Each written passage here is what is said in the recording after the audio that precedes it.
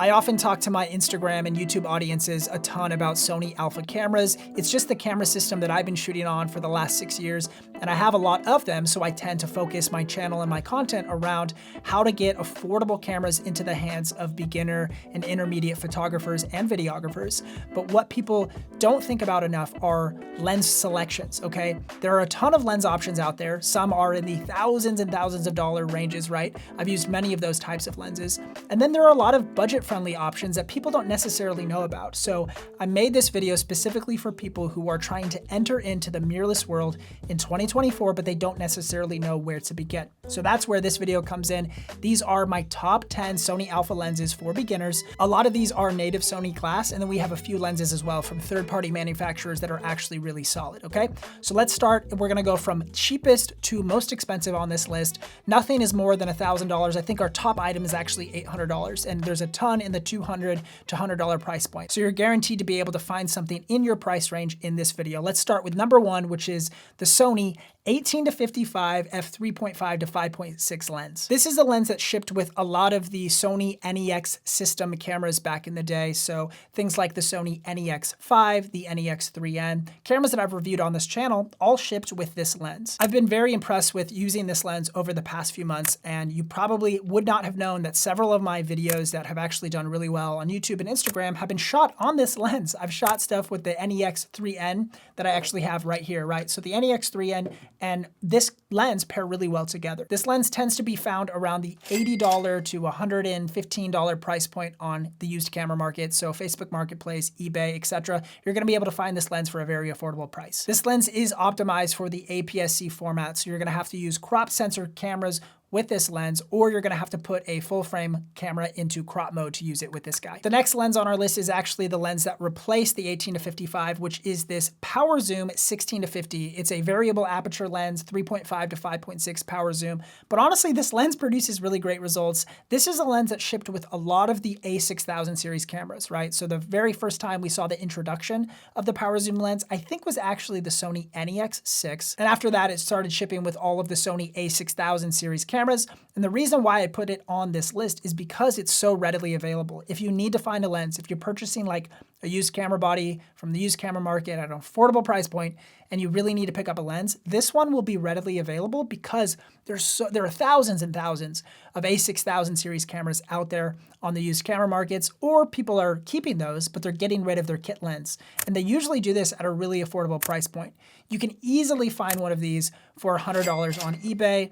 They tend to be anywhere from like 100 to 120. So check out the used camera market for this guy right here. Taking the number 3 spot on our list is the TTArtisan 27mm f2.8 lens for Sony E-mount. I have a full review on my YouTube channel of this lens. I love using this lens. If you want to hear me talk more in depth about how good this lens actually is, go ahead and watch that YouTube video. I'll link it here in the description of this video. This lens comes in at $149 US at the time of recording this video, and I think that's a great price point for a quality prime lens to pair with the Sony APS-C systems. All right, that was our final crop sensor lens. Now moving to the full frame lenses, starting with the Sony 28 to 70 f3.5 to 5.6 lens. Now this is the kit lens that has been shipped with all of Sony's full frame mirrorless cameras for a super long time. I think dating back to even the original Sony A7, this was the kit lens that they shipped with that camera. People tend to view kit lenses in not the most positive light just because their build quality isn't always the best. They're not the sharpest images, but if you're someone who's just starting out, this is a really high quality lens. You're gonna get a good focal range. 28mm is wide enough for most like portrait sessions or landscape photography, things like that. You're gonna get a wide angle with that 28.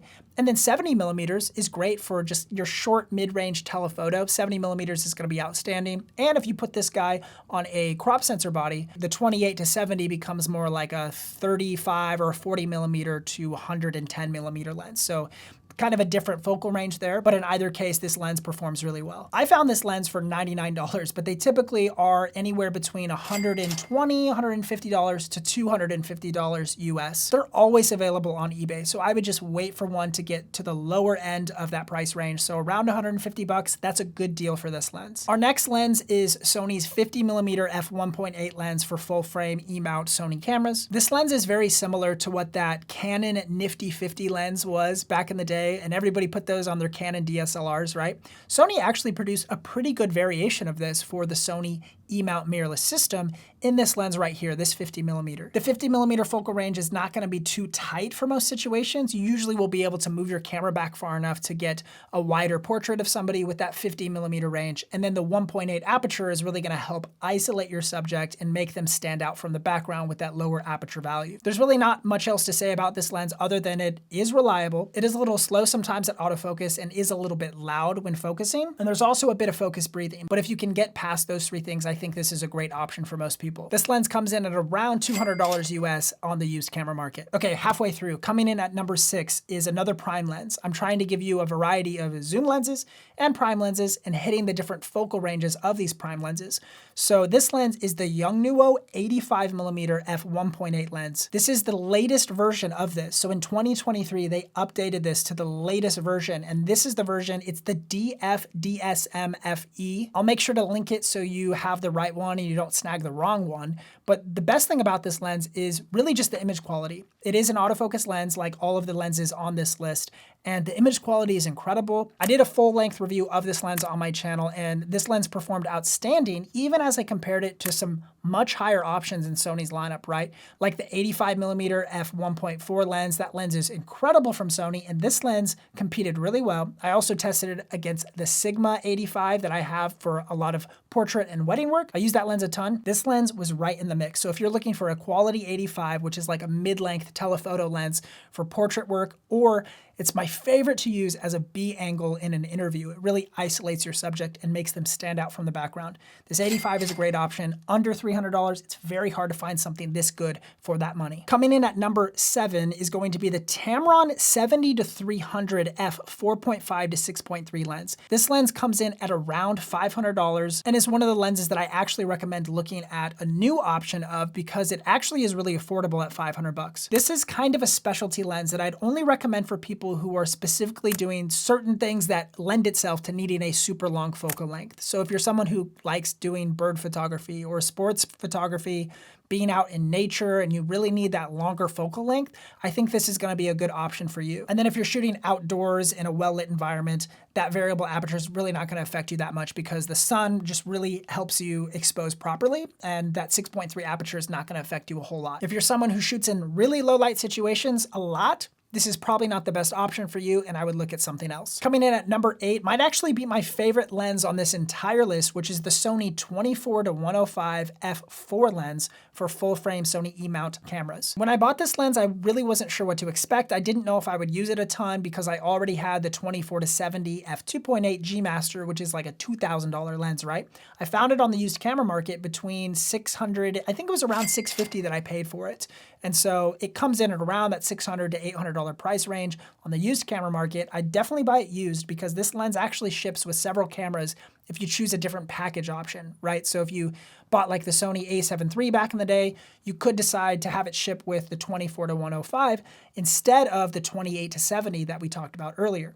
So the reason why this lens is so good is just because of its optical performance. This thing is super sharp. Another thing about this lens that's interesting is at 24mm, I swear it's more like a 22mm or 20mm lens, because when I compare it to my 24-70 Sony lens, that lens is for sure 24mm. But with this lens, if I use the same camera and swap the 24-70 for the 24-105, immediately at 24, I'm getting a wider field of view. I don't know why this is, and it's probably not good that there's that variety there, but I actually like that this camera lens is actually a little bit wider than a traditional 24 might be. And then you can just stretch all the way out to that 105, which is a beautiful focal length for being able to isolate a subject really well. This is like my favorite documentary style range that allows me to go from shooting a really wide scene to a really tight scene in a matter of seconds. I can't speak highly enough of this lens, and if I had to tell you one lens to go purchase off of this list today, it would probably be the 24-105. Only 2 more lenses to go, and at number 9 is the Tamron 28-75 f2.8 lens. I adore this lens. It's lighter than the Sony 24-70 f2.8 lens by a factor of maybe 2. I mean, it's so light, it's really compact. As far as image quality is concerned, I honestly can't really tell a difference between the 24-70 Sony and this 28-75 Tamron. And if you're someone who thinks you really are going to start doing more professional photography or videography work, you probably should invest in a 2.8 aperture zoom lens, and this is one of the cheaper options from Tamron. There are a ton of quality reviews about this lens online. Just check it out, but if you take my word for it,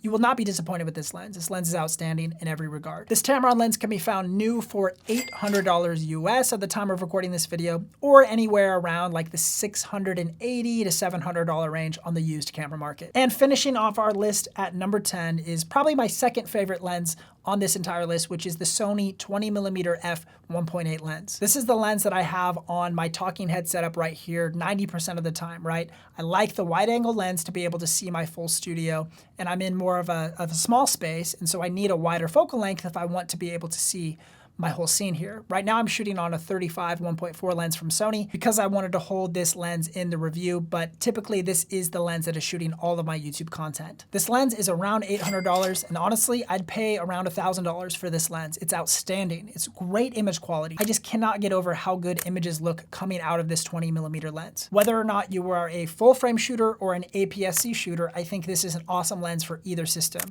On the APS-C side, it's gonna act more like a 30mm lens, and that's a beautiful length for portrait work or YouTube talking head style videos like this one right here. And if you're on the full frame system, it's gonna provide you a really wide angle lens to use for creative purposes all the time, right? So I use this when shooting weddings, when filming weddings. I use it for my YouTube setup, all sorts of things. The 20mm is just an awesome focal range. All right, that's my list of top 10 Sony Alpha lenses for beginners. If you enjoyed the video, feel free to leave a like and subscribe if you haven't already. If you wanna check out my top 10 cameras for people looking to enter into the Sony mirrorless world, check out this video right here on the screen, and I'll see you guys in the next video. Much love.